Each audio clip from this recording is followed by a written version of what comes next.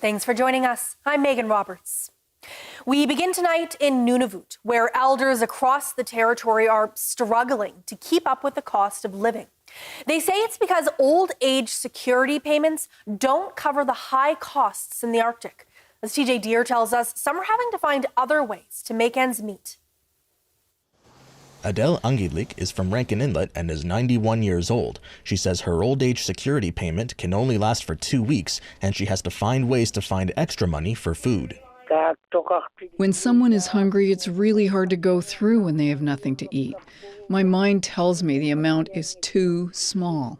She says she was able to make traditional garments when she had good eyesight and make extra money, but for the past few years, she hasn't been able to sew at all and is struggling with everyday life. Johnny Joannas is 75 years old and lives in Clyde River. There's only one store in town, meaning prices are high due to a lack of competition. Joannas says he doesn't like to ask for help when he runs out of money. Prices have gone very high, even though they were already high before. A can of food is now $10 to $12.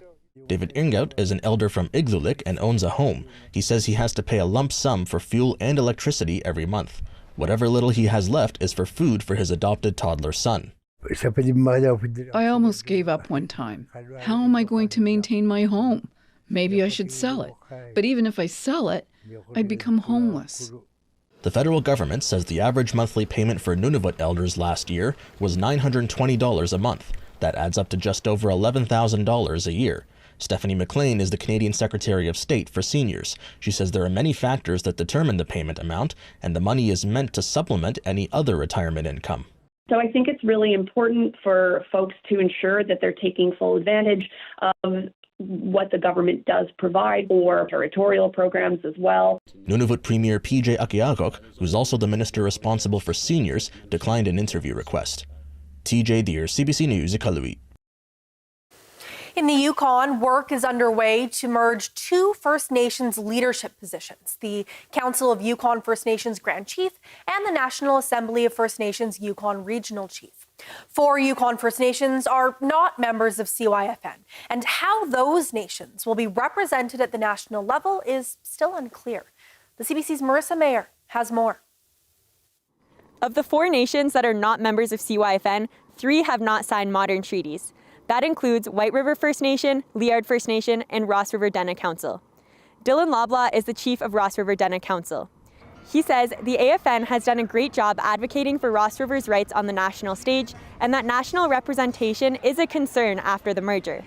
As a nation that is not a member of CYFN and that is not signed to a modern treaty, he says Ross River's exclusion is on 2 levels. Status quo, they'll go and use the 11 nations that have signed under the umbrella final agreements, and then the 3 will be left out again. CYFN Grand Chief Mathia Alatini says the door is always open to non-members. She says if they choose not to join, they will discuss other ways for them to be represented. Voting rights in working groups are reserved for members, but non-members are always welcome to be present at leadership meetings. CYFN's always been inclusive of everybody. So in that way, operationally, not a lot shifts. It is of interest, though, for nations to be speaking and being at the table and giving clear mandate and giving clear direction. Whether the non-member nations join or not, full integration of the 2 roles is expected by October 1st. Marissa Mayer, CBC News, Whitehorse. Doctors from across Canada are being invited to name their price to work shifts in Yellowknife this summer. The Northwest Territories Health and Social Services Authority launched the bidding system on Friday as a way to find physicians. The Territory's medical director explains how it works.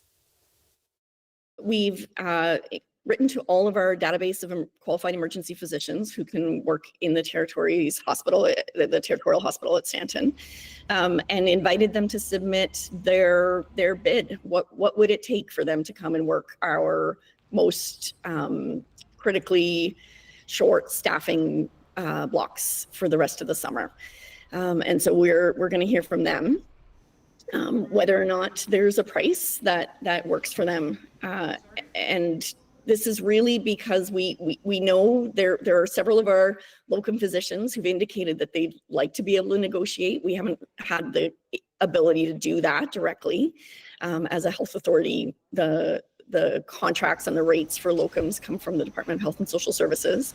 But now we have support to make it open and available to everybody. They can submit their bids to us. July shift bidding will be closing tomorrow morning at 8 a.m. our time, and is available to anyone across the country who wants to submit a bid.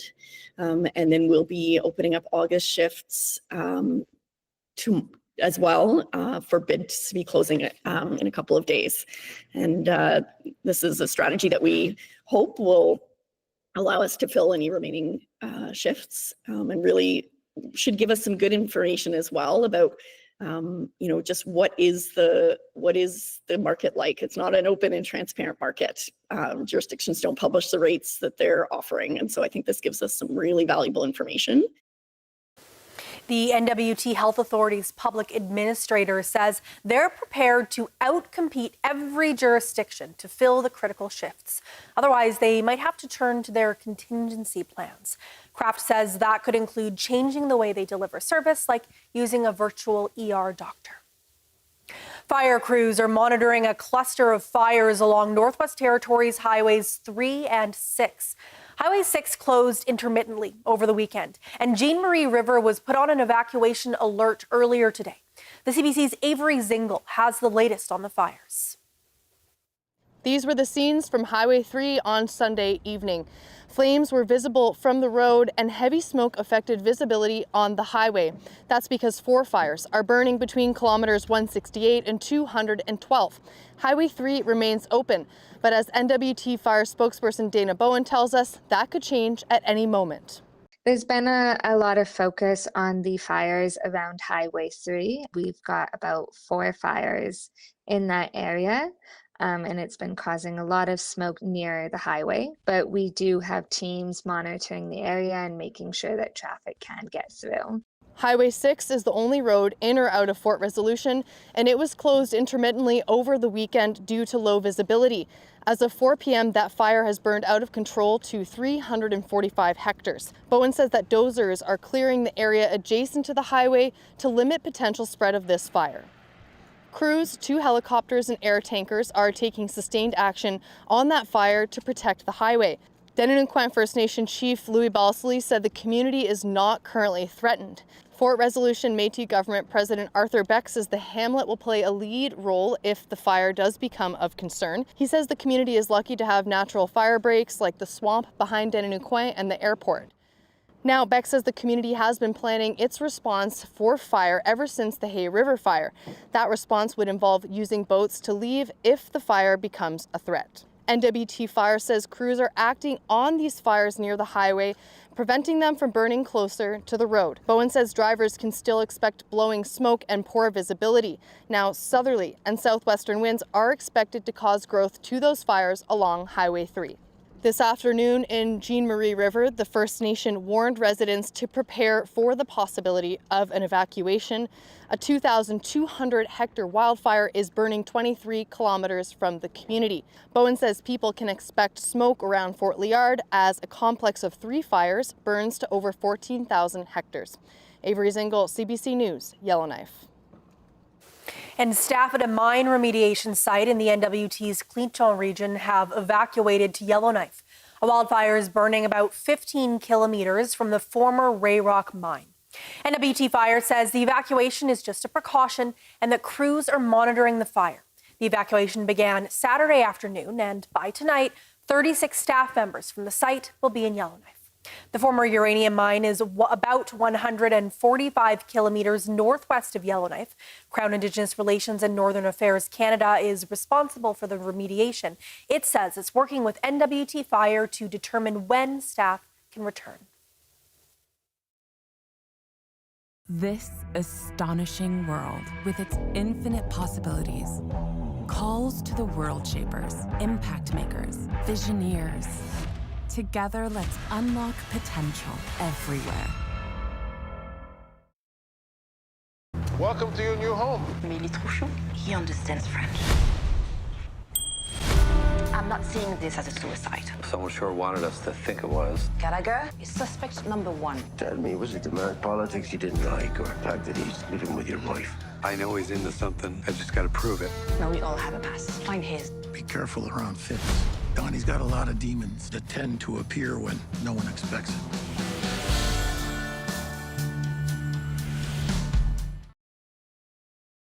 You're not down south anymore, Toto? Tell me everything. Deal. Is that Canada? Yeah. I love it. Incredible. Imagine how good the TV's gonna look now. Isn't it ironic, don't you think? Is it? Is it? See you there. You lied to me. You played me like I was one of your marks. I could be on the other side of the world right now. You've gone soft. You need to be focused on the long game. Who has more fun than us? Everybody. The only person you can count on is you, yourself, alone. I brought a few friends along with me today. 3, 2, 1. Mom, you're embarrassing me in front of the dragons. Take me home, James. Full of surprises here on The Den. Dragon's Den. Watch free on CBC Gem. 12 of Britain's best amateur bakers have made it to the tent. This is an absolute dream. Every inch of their baking skill will be scrutinised. Lovely jubbly. Those that falter will leave the tent. One wrong move and it's over.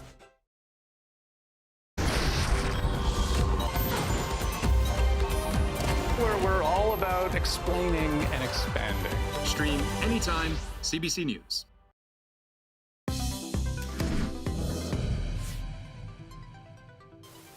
The team behind a new all-Inuit law firm is on a mission to break down barriers to the justice system.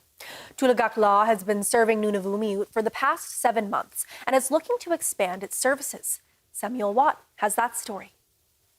Their police reports still go again. Tulagak Law describes itself as Nunivut's only active Inuit-owned law firm. Curtis Mesha started the firm in January. I think it's like the future of law in Nunivut in some ways. Mesha has brought on 2 law students to help out, Hope Carpenter and Caitlin Adams.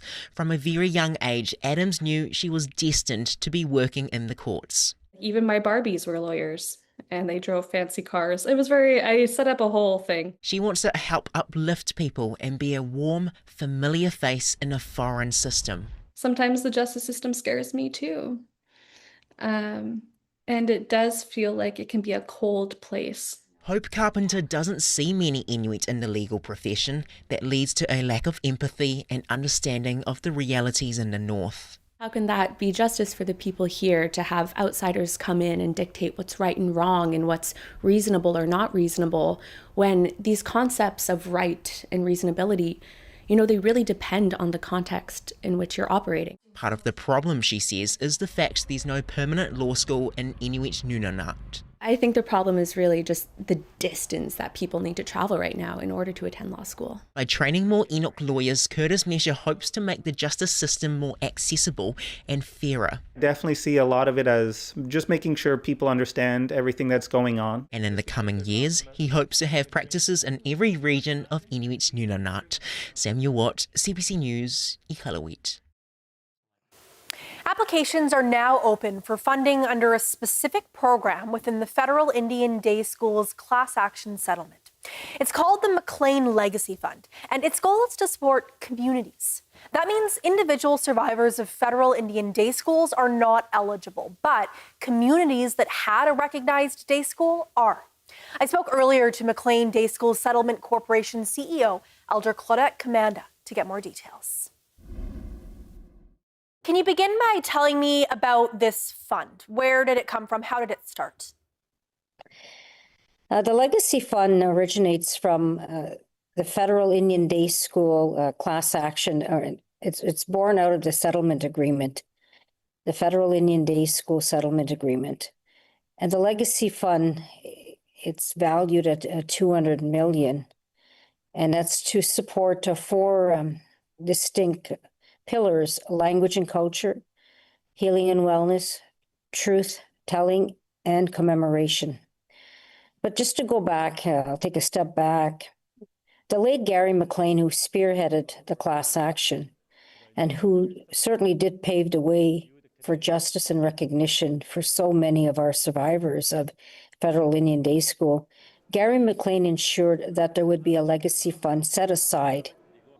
And it was important that this legacy fund speaks about building very specific programs and services for survivor communities, and that these programs would be here forevermore. And that's why he called it the legacy, because that was his legacy, to ensure that the courts would honor and recognize what day schools did to our people by taking away our language and culture, by upsetting the course of our spirituality, and as well as healing for the abuses that were suffered in those schools right across the country.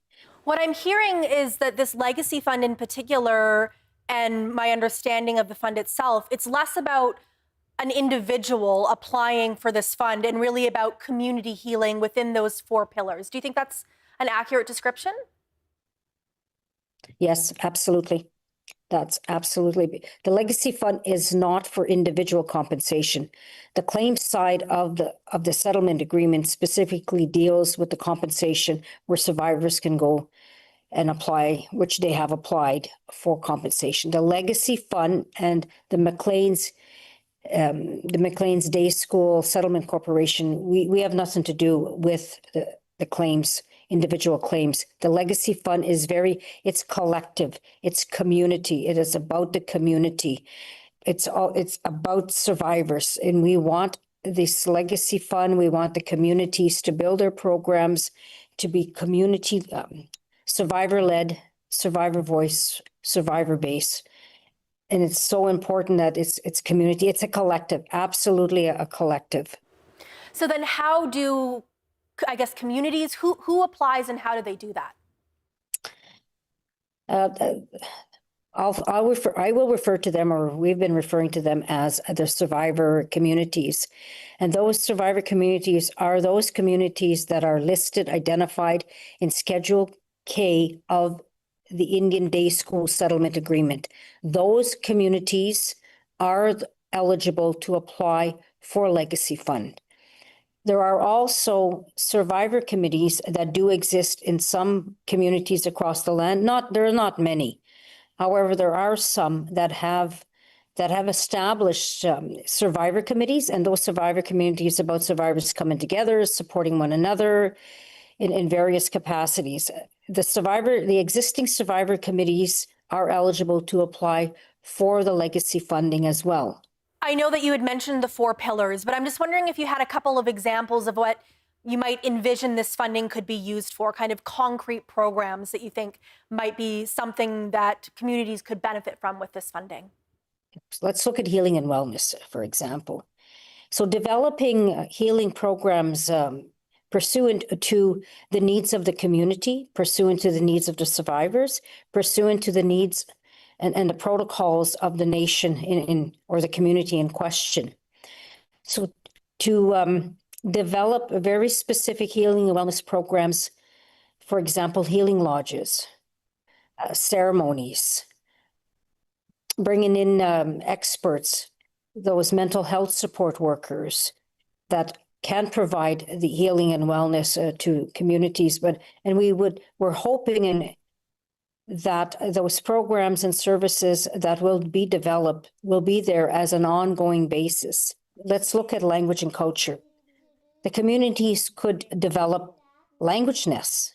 They could develop family language nests, bringing in those speakers, bringing in those elders, those ceremonial elders, those knowledge keepers to create language programming that will be there for the community, for adult learners, for the schools, for daycares, and as well as just having community language hubs.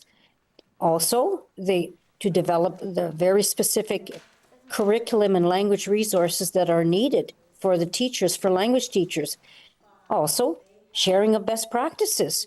Communities can come together with one another to share best practices of what kinds of methodology, what kinds of program, what kinds of curriculum that they have developed, what works the best for language revitalization and cultural sustainability. Claudette, I just want to thank you so much for your time and your insight into this. I really appreciate you taking the time today. Well, thank you so much, Megan. You take good care now. God bless. And just a few notes for communities that might be interested in this funding. Submissions are now open. They'll close at the end of September. Money will be distributed starting in January of 2026. Communities who are part of the Indian Day School Settlement Agreement are eligible. That includes several communities in each territory. There's $200 million available, and you can find more information on the McLean Legacy Fund website. That address is on your screen right now. Some major changes are on the way at Yukon University in Whitehorse.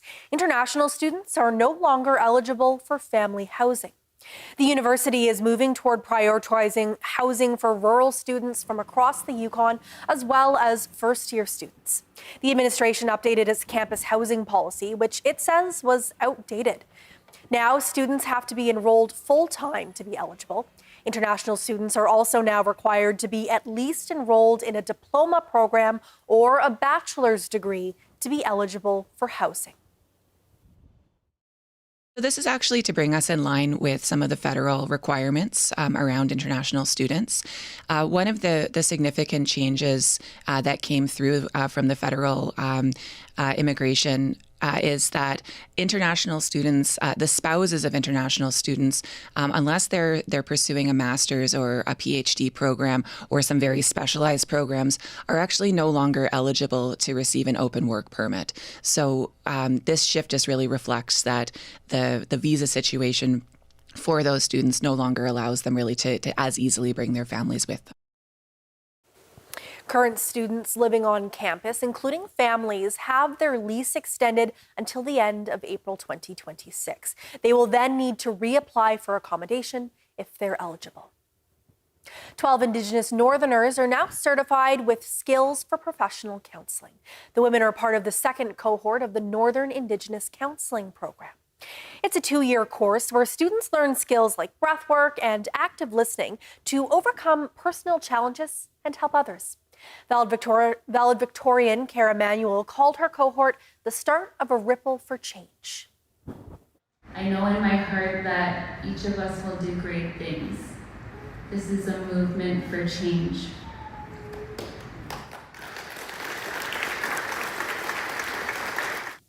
The 2-year program is a collaboration between Rhodes Wellness College in Vancouver and Dene Wellness Warriors run by Yellowknifers Jean and Roy Erasmus.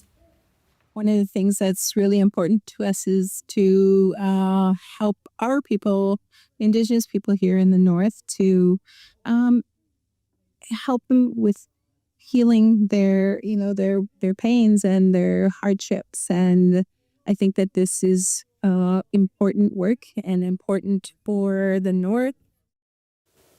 3 of the new grads are hitting the ground running and facilitating a 4-week wellness workshop through Dene Wellness Warriors. That starts this week. From the coast of New Zealand to the Arctic coast, 8 Maori visitors are learning about local culture and wildlife management in Tuktoyaktuk NWT. The visit is part of a cultural exchange that happened last week. The CBC's Des Loreen has more.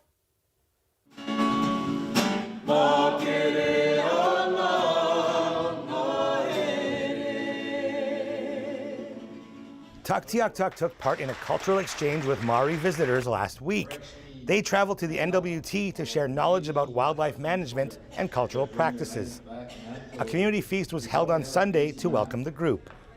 Even though they come from a completely different environment and place on Earth, because their people are linked to their environment and wildlife, there's a lot of similarities between the Inuit, the Nunivot, and the Maori.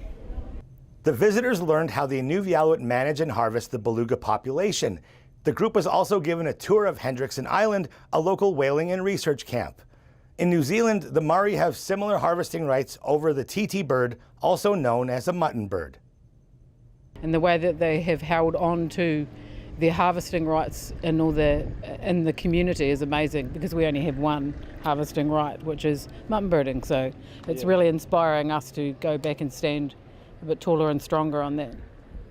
The initiative was organized by the University of Alberta and McGill University as a way to share the benefits of community-based monitoring of wildlife. A group of 6 Inuvialuit from Tuktoyaktuk will travel to New Zealand next year as part of the exchange. Des Loreen, CBC News, Tuktoyaktuk. So I think when we get back, we're going to nail Tuktoyaktuk 13,000 kilometres that way. What a great looking program. The Governor General is in Iqaluit talking about mental health. Since 2024, Mary Simon has been traveling to communities across the north for her mental health and wellness tour. Iqaluit is her final stop. She spent the day meeting locals at the Tukisigiavik Center. They shared stories about traditional crafts and how they tie into healthy lifestyles. Her 3-day visit also included stops at local organizations promoting Inuit traditions and knowledge around health. And she'll make an address at the Nunivot Day celebrations in Iqaluit on Wednesday. Now, let's take a look at your weather.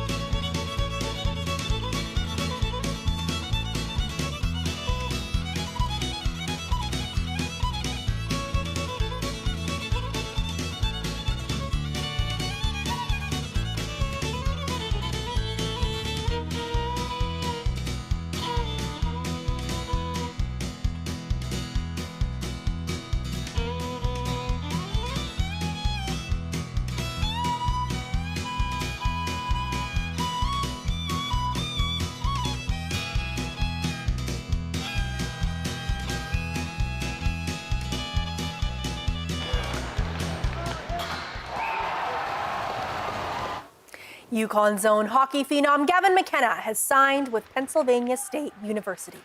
He'll be playing for the Nittany Lions in the U.S. College Hockey League.